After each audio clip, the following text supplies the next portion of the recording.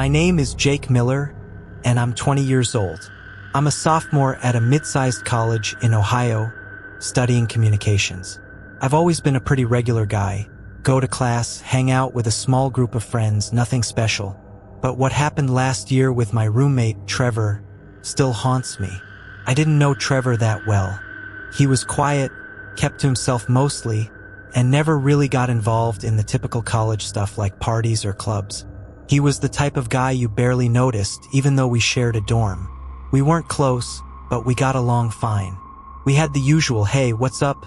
Moments, and that was about it. One day, Trevor didn't come back to the dorm after his classes. I didn't think much of it. He'd stay out late sometimes, probably with friends or at the library. But when he wasn't there the next morning, I started to wonder. Maybe he stayed with someone overnight. I shrugged it off, assuming he'd show up eventually. But then, 3 days passed, and Trevor's side of the room remained untouched. His bed was still made, his shoes were exactly where they'd been. I asked a couple of guys in our dorm if they had seen him, but no one had. At that point, I figured he'd gone home or something. Maybe a family emergency? After a week of no sign of Trevor, the campus police got involved. They came by to ask me if I knew anything, but I didn't. I told them what little I knew about him, which wasn't much. I had always sensed something was off about Trevor, but I just chalked it up to him being shy or maybe just private. Turns out there was more to it. As they investigated, I started hearing bits and pieces about Trevor's home life. Apparently, he had a rough background. There were rumors that he didn't get along with his family and that he might have been dealing with some personal issues. The idea floated around that maybe Trevor had just run off to start over somewhere, trying to escape whatever was going on at home.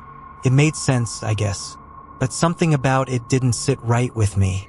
A couple of weeks went by and still no Trevor. People stopped talking about it as much, and things seemed to go back to normal. But I couldn't shake this weird feeling. His side of the room was just there, frozen in time, like he could walk back in any second, but I knew he wouldn't. That's when things took a darker turn. The campus police found Trevor's car. It was parked near a river, about 15 miles from campus. The keys were still inside, but there was no sign of Trevor. No phone, no wallet, no anything. The police didn't think there was foul play at first. They thought maybe he just walked away. But why leave his car like that? I started getting paranoid. Every night, lying in bed, I'd stare at Trevor's empty bed across the room, wondering what had really happened. Couldn't sleep. Every sound in the dorm seemed louder. Every creak of the floor, every whisper in the hallway. I was constantly on edge. Then one night, I heard something strange. It was around 2 a.m., and I was half asleep when I heard shuffling sounds, like someone was walking in the room. My heart raced. I lay still, holding my breath, straining to hear. It sounded like footsteps moving slowly. I forced myself to sit up and look around. The room was dark, but everything was in its place. No one was there. I told myself it was just my imagination, but after that, it became a regular thing. Every few nights, I'd hear those same footsteps. It wasn't just me, though.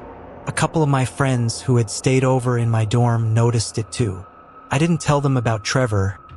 I didn't want to sound crazy, but they felt uneasy. They said the room had a weird vibe, like someone was watching them. Weeks turned into months, and Trevor was still missing. They never found his body, and no new leads came up. Some people said he probably drowned in the river. Others thought he was long gone, starting a new life somewhere. But deep down, I knew something bad had happened to him, something nobody could explain. Eventually, I moved out of that dorm, but I never stopped thinking about Trevor. Every once in a while, I'll hear a noise at night and my mind will flash back to those footsteps, to the feeling of something being off in that room. Maybe Trevor's gone, but I'll never forget the night he disappeared. It's been over a year, and Trevor's still missing. The police closed the case, but I can't. Something happened to him. Something dark. Something no one wants to admit. And I'm afraid I'll never know the truth.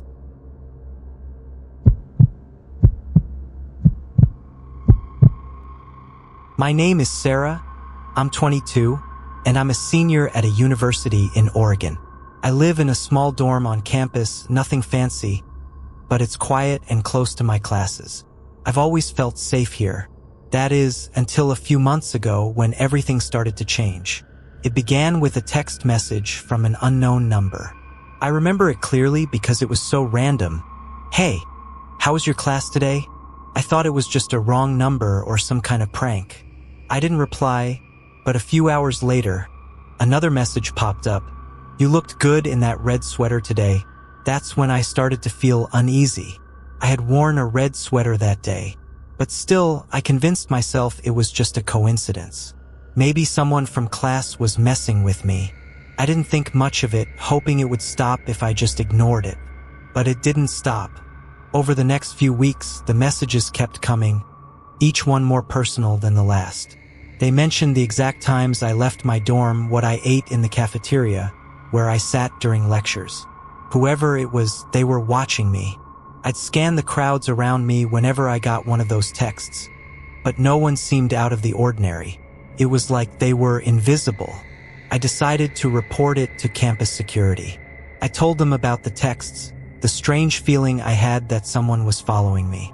But they just brushed it off, saying it was probably just a prank and that I shouldn't worry too much. I left their office feeling stupid for even going to them. A week later, things got worse. I came back to my dorm after a late study session at the library. It was nearly midnight, and the halls were empty. As I approached my room, I noticed something that made my heart stop. My door was slightly open. I always locked my door. Always. I hesitated, standing in the hallway, my breath caught in my throat.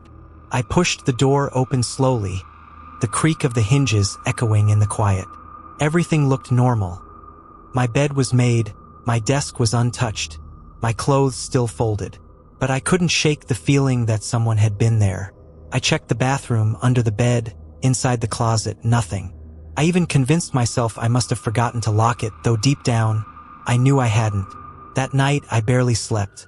I lay in bed, staring at the ceiling, listening to every little sound, my mind racing with possibilities. A few days later, something happened that made my blood run cold. One of the girls down the hall, Megan, was complaining to her friends about hearing noises outside her window at night. She thought it was the wind, but now she wasn't so sure. That's when I started putting the pieces together. Megan had also mentioned getting weird messages recently. A week later, campus security arrested a guy who lived a few doors down from me. I didn't know him personally, but I'd seen him around the building. He always seemed quiet, kept to himself, and never really talked to anyone. Turns out, he had been caught sneaking into Megan's room while she was out. When they searched his phone, they found something terrifying. Pictures of Megan, me, and other girls in the dorm. Pictures we had no idea were being taken. He had been stalking us for months. He had pictures of me in the library, at my desk in class, even through the small crack in my dorm window. I felt sick to my stomach when I found out. All those times I felt watched, all those nights I thought I was just being paranoid. It had been real. The police didn't release many details, but I heard through other students that his room was full of creepy stuff.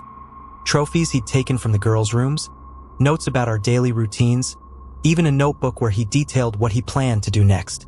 I couldn't believe how close I had come to being his next target. The thought that he had been inside my room, that he had watched me without me knowing, it still haunts me. I moved out of that dorm the next semester. I couldn't stay there knowing what had happened. Even now, I still feel paranoid sometimes, like someone's watching me. I check my windows and doors constantly. I can't help it. They say he's in jail now, but that doesn't make me feel safe. He knew everything about me, and I'll never forget how vulnerable that made me feel. The worst part is knowing that someone could be watching you, and you'd never even know until it's too late.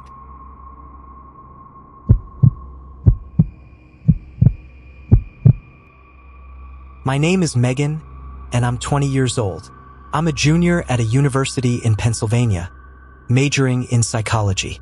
I've always been the type of person who notices little things, like when someone seems off or when there's tension in the air. Maybe it's because I've always been observant, or maybe it's just part of who I am. But this time, I wish I hadn't ignored the signs. In my philosophy class, there was this guy named Ryan. He was hard to miss, but also easy to forget. He sat in the very back, never spoke, never raised his hand, and barely made eye contact with anyone. He didn't hang out with the other students before or after class, and no one really knew him. I don't think he even had any friends. At first, I didn't think much of it. Plenty of people keep to themselves in college. But something about Ryan seemed different. He had this look about him, like he was always carrying the weight of the world on his shoulders. His clothes were always a little wrinkled, his hair messy, and his eyes were distant, like he wasn't really there. One day, Ryan came into class late. That wasn't like him. He usually slipped in quietly, on time, and found his spot in the back without anyone noticing. But this time, he looked different. His clothes were more disheveled than usual, and he had this anxious energy about him, like he was on edge. I remember glancing at him a few times during class, wondering what was going on. After class, I saw something that still sticks with me. Ryan was standing in the hallway arguing with our professor. He wasn't shouting or anything, but his face was flushed, and he looked upset. The professor kept his voice low, probably trying to avoid a scene, but I couldn't hear what they were saying. I just stood there, frozen, watching the whole thing. Something about it felt off. Ryan stormed off after a few minutes, his head down, and the professor just walked away, looking frustrated. I didn't say anything. I didn't ask Ryan if he was okay. Didn't check in with the professor. I just left, telling myself it wasn't my business. That's what college is like sometimes. You see people having bad days, but you don't really get involved. The next day, rumors started flying around campus. Ryan had been found dead in his dorm room. They said it was an overdose, but no one knew the full story. I couldn't believe it at first. I mean, I had just seen him the day before. He was alive, he was there, and now he was just gone. That's when the guilt started creeping in. I couldn't stop thinking about that argument he had with the professor. I wondered if it had something to do with his grades, or maybe something deeper. What if that conversation was the final straw? What if Ryan had been struggling for a long time and no one, not even me, noticed? Later, I overheard some students talking about how Ryan had been battling depression for a while. Apparently, he was failing some of his classes, and the pressure had gotten to him. I didn't know any of this when he was alive. I didn't even know his last name. But now, I couldn't help but feel like I should have seen the signs. The more I thought about it, the more I realized how easily Ryan could have slipped through the cracks. He was always so quiet, so isolated. Maybe if I had just said something, asked him if he was okay or reached out in some small way, things could have been different. But now it was too late. That's the thing about college. Everyone's so wrapped up in their own world. Classes, exams, social stuff, that you don't always notice when someone is struggling. But Ryan's death shook me. It made me realize how much we take for granted, how little we sometimes pay attention to the people around us. I still see his empty seat in class sometimes, and it sends a chill down my spine. I can't help but wonder what was going through his mind in those final days. I'll never know for sure, but I do know one thing. I'll never forget the look on his face that day in the hallway. The sadness, the anger, the desperation. It was a cry for help, and none of us heard it. Now, every time I walk past Ryan's old dorm building, I think about how many other students might be silently struggling, just like he was. And I wonder if we'll ever learn to pay attention before it's too late.